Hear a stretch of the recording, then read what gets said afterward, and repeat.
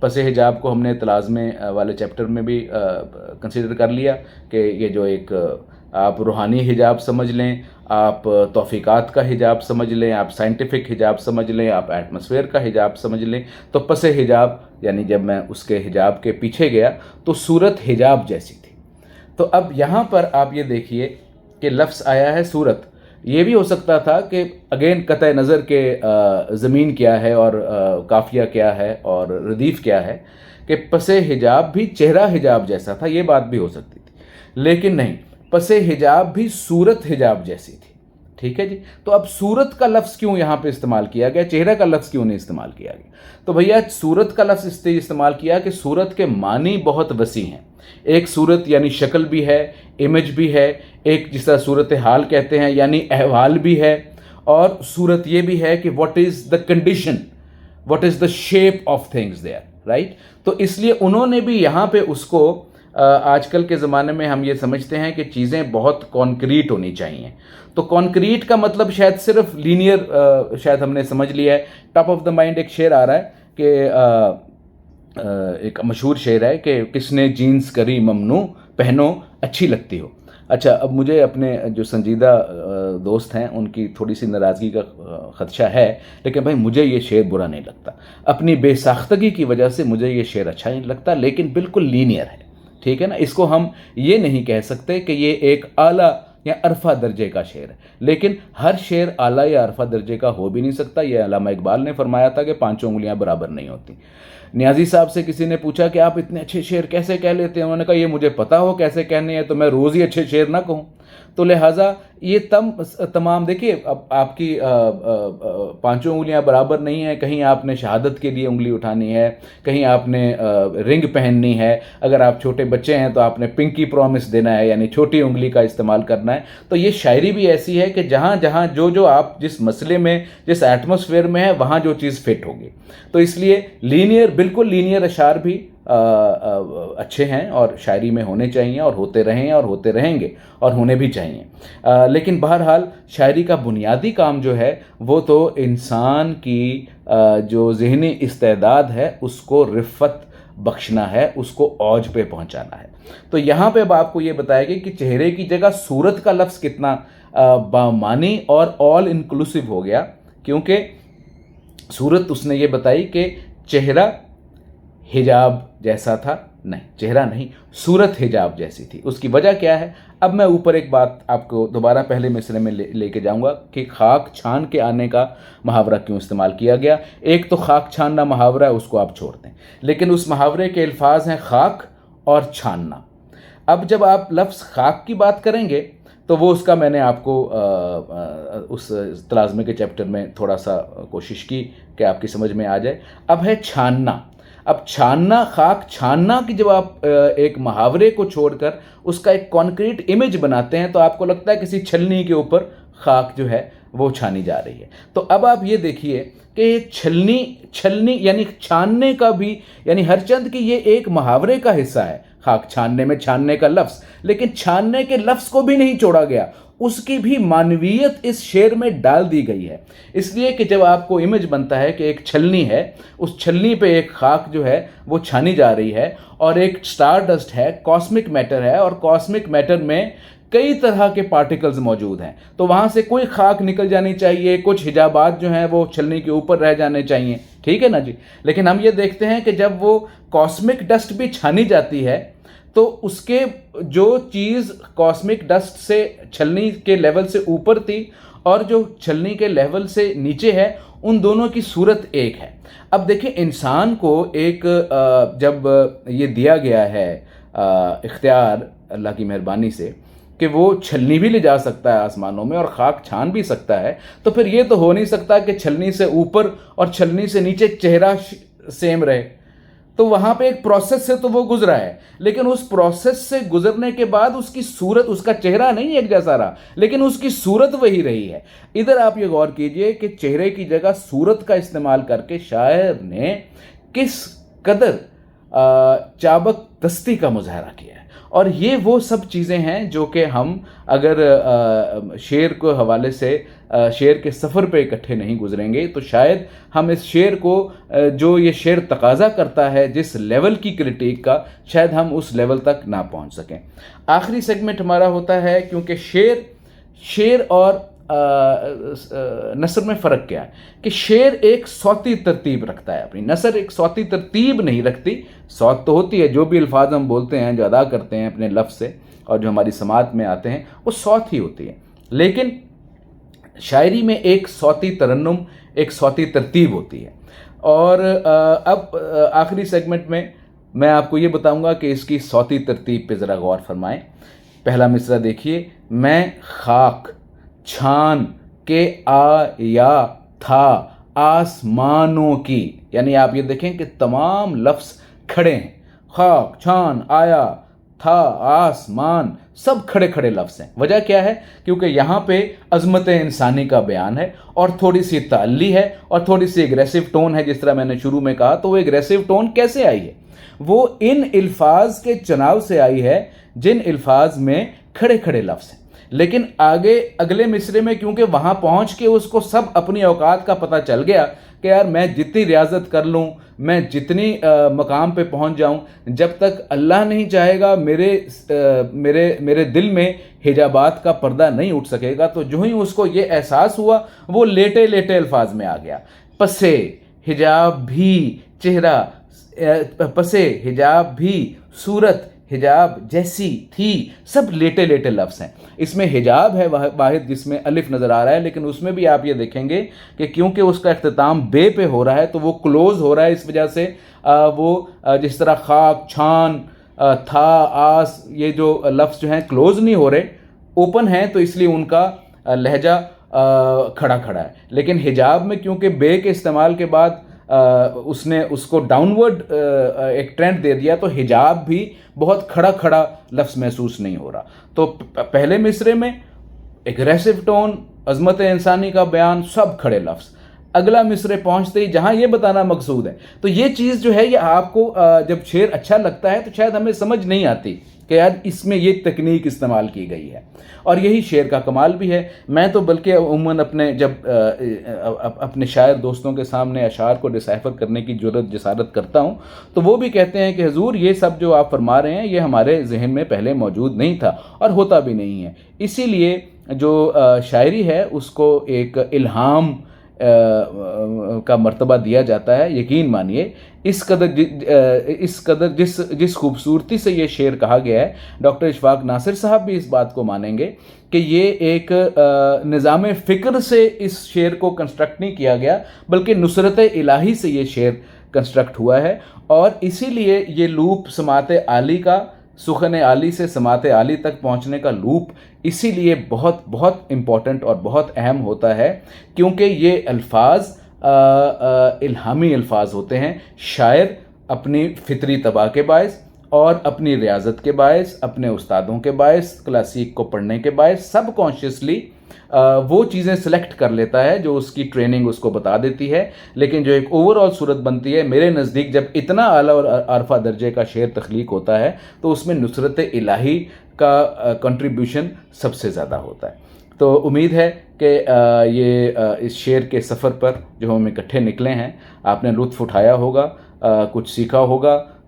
ہم نے بھی اپنے استادوں سے اور پڑھ کے اور اپنے بزرگوں سے ہی سیکھا ہے، اور ابھی اس میں مزید کئی سیکھنے کی میں سمجھتا ہوں،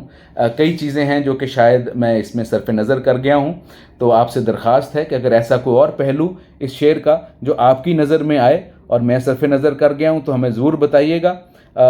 تاکہ ہم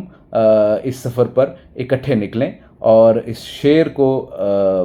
جو سماعت عالی ہم چاہتے ہیں کہ جہاں بھی ہمیں اچھا شعر ملے اس کو ہم ریسیو بھی اچھے طریقے سے کریں، تو اس سفر پہ اکٹھے چلتے ہیں۔ انشاءاللہ اگلے ہفتے اگلے ویلاگ کے ساتھ آپ سے پھر ملاقات ہوگی۔ السلام علیکم ورحمۃ اللہ وبرکاتہ۔